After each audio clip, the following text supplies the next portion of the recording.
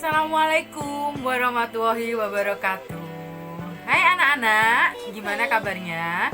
Sehat sekali bukan? Nah, anak-anakku yang tersayang, hari ini Bu Sela dalam kesempatan hari ini akan menjelaskan tentang teknik vokal.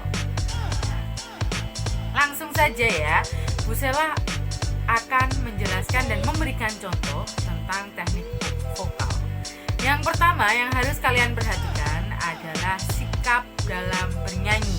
Nah, sikap dalam bernyanyi itu seperti daya tarik atau pandangan pertama seseorang atau penonton melihat kalian di atas panggung.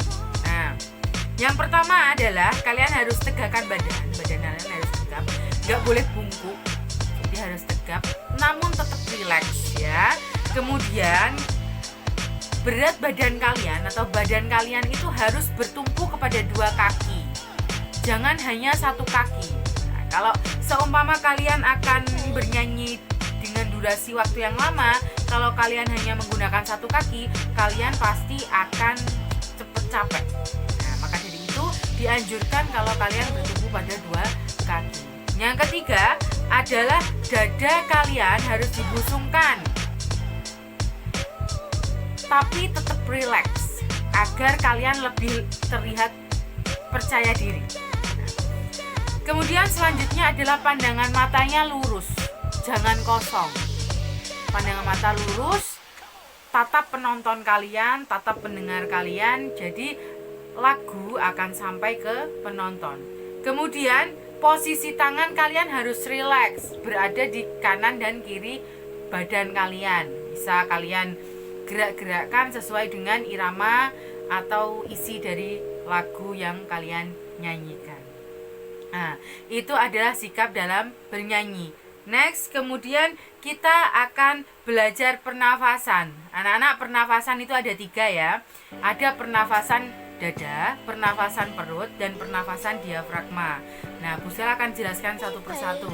Pernafasan dada itu pernafasan yang kalian ambil dari dada. Jadi kalian ambil itu menandakan dada kalian membusung. Seperti itu. Itu namanya pernafasan dada. Nah, pernafasan dada ini tidak dianjurkan digunakan dalam bernyanyi, karena pada pernafasan dada ini kita akan memperoleh suara yang pendek, nafasnya akan pendek, tidak panjang. Nah, kalau kita menyanyi dengan nafas pendek pasti akan ngos-ngosan atau nafasnya patah-patah. Nah, itu tidak dianjurkan. Kemudian yang kedua, pernafasan perut. Kalau tadi pernafasan dada, dadanya yang busung, kalau pernafasan perutnya yang mengembang. Nah, itu akan memperoleh suara yang rendah, sangat-sangat rendah. Kemudian kalau kita memaksakan kita pakai pernafasan perut, itu juga akan lama-kelamaan akan merusak pita suara kita. Nah, selanjutnya adalah pernafasan diafragma. Pernafasan ini yang paling cocok untuk kita bernyanyi, pernafasan diafragma. Nah, pernafasan diafragma ini diperoleh dengan kalian mengambil nafas dalam-dalam ya, dengan halus seperti kalian menghirup harum parfum. Nah, kalian rasakan di bawah rongga dada kalian seperti ada sesuatu udara yang kalian ambil itu ada di bawah rongga dada kalian. Nah, contoh ya, kalian ambil, coba kalian praktekkan sambil praktekkan di rumah. Ambil seperti ada di rongga dada, di bawah rongga dada kalian itu seperti ada udara. Kemudian kalian hempaskan dengan cara bunyi gitu ya. Kita coba ya. 1, 2, 3, ambil nafas. Keluarkan pelan-pelan. Keluarkan sampai nafas kalian habis. Nah, kenapa kok pernafasan diafragma ini cocok sekali untuk bernyanyi? Karena dengan pernafasan diafragma ini kita bisa mengatur keluar masuknya nafas kita, karena masuknya oksigen dan karbon dioksida pada tubuh kita itu kita bisa atur, jadi kita bisa keluarkan sedikit demi sedikit. Tuh. Nah, maka dari itu pernafasan diafragma ini cocok untuk kita bernyanyi. Nah, anak-anak, jika kalian ingin punya nafas yang panjang, kalian harus sering-sering melakukan latihan pernafasan diafragma. Contohnya seperti itu tadi, tarik nafas, kalian keluarkan dengan suara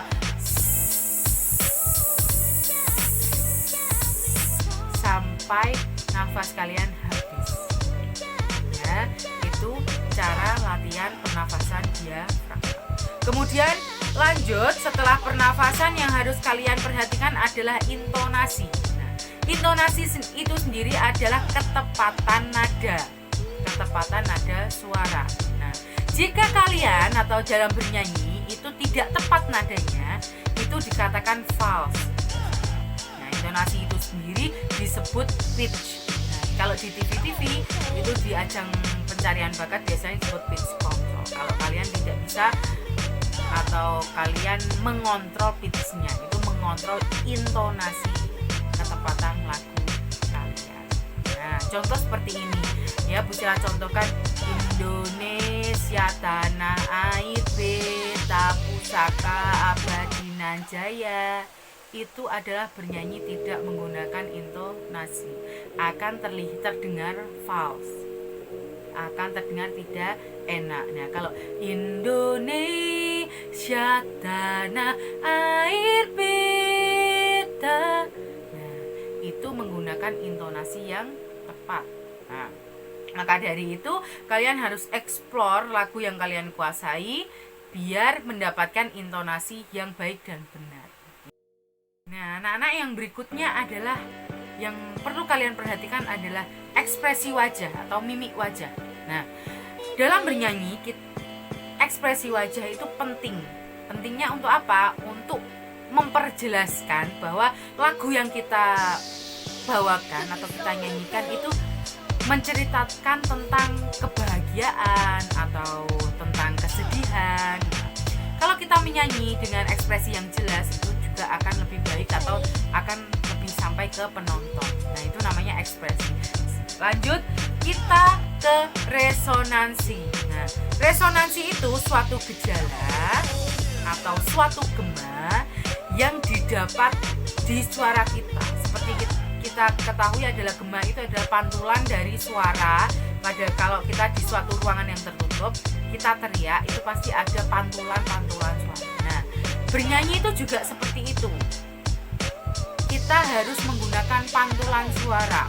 Kalau kita tidak menggunakan pantulan suara, contohnya seperti itu. Seperti ini.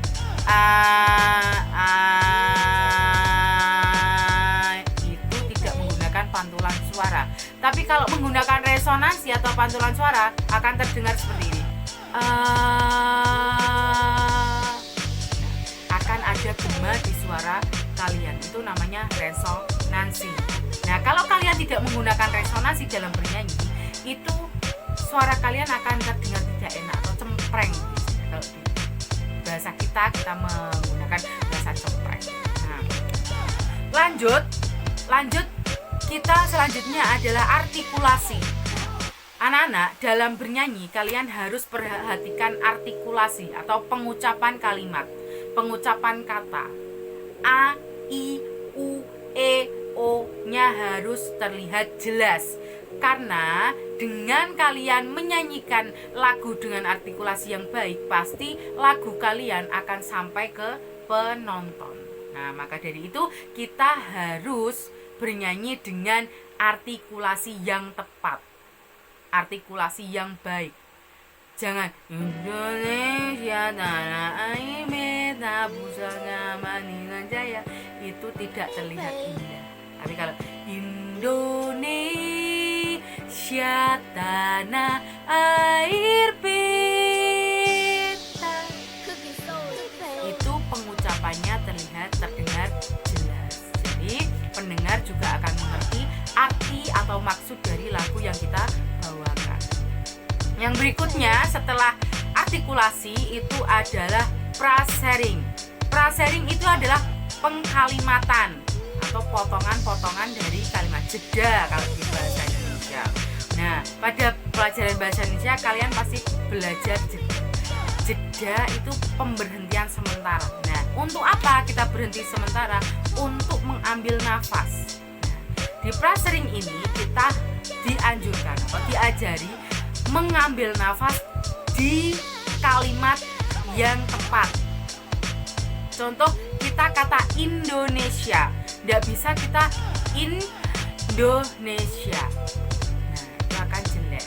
Nah, di kalimat lain akan terdengar artinya seperti beda arti. Kita harus Indonesia, baru ambil nafas, tidak boleh diputus. Indonesia.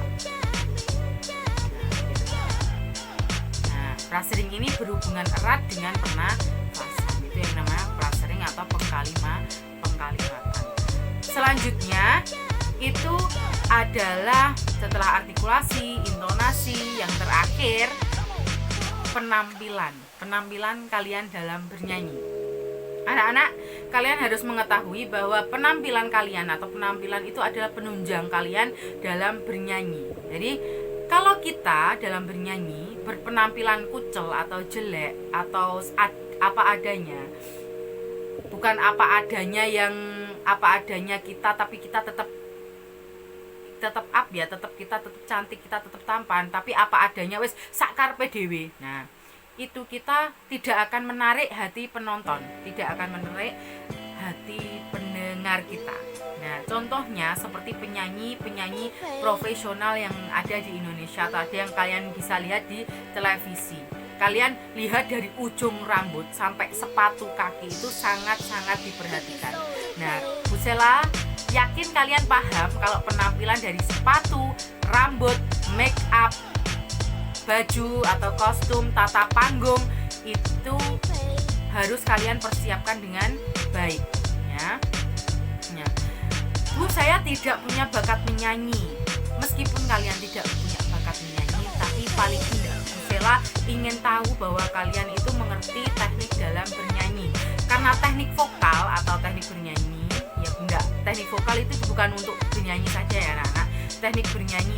Teknik vokal itu digunakan bukan untuk penyanyi saja, tapi untuk guru, kemudian public figure, wartawan, terus presenter, kemudian MC dan sebagainya. Terus kita kalau motivator kayak gitu itu kita butuh teknik pernafasan, butuh teknik vokal yang baik biar pita suara kita tetap terjaga dengan sehat. Itu adalah tips atau teknik vokal yang harus kalian mengerti. Nah ya, Bu Sela harap kalian paham atau mengerti. Nah, selain di video Bu Sela kali ini, Bu Sela bisa kasih saran atau anjuran kalian bisa cari referensi latihan-latihan vokal di channel-channel yang lain seperti Vokal Plus dan lain sebagainya ya. Nah, di tugas menyanyi kalian harus explore lagu kalian, nyanyikan terus menerus agar kalian paham, agar kalian mengerti artinya, agar penyampaiannya atau menyanyinya kalian lebih baik dan benar. Nah, anak-anak, sekian dari Bu Sela. Bu Sela harap materi ini bermanfaat untuk kalian. Ya, di next video Bu Sela akan membawakan beberapa lagu atau memberikan beberapa contoh lagu untuk kalian pelajari atau buat kalian referensi ya. Sekian dari Bu Sela. Wassalamualaikum warahmatullahi wabarakatuh. Jangan lupa subscribe, like, comment, and share video ini biar Bu Sela lebih semangat lagi membuat pelajaran atau materi yang lain lagi ya. Sekian dari Bu Sela. Semoga kalian tetap sehat selalu ya anak-anak.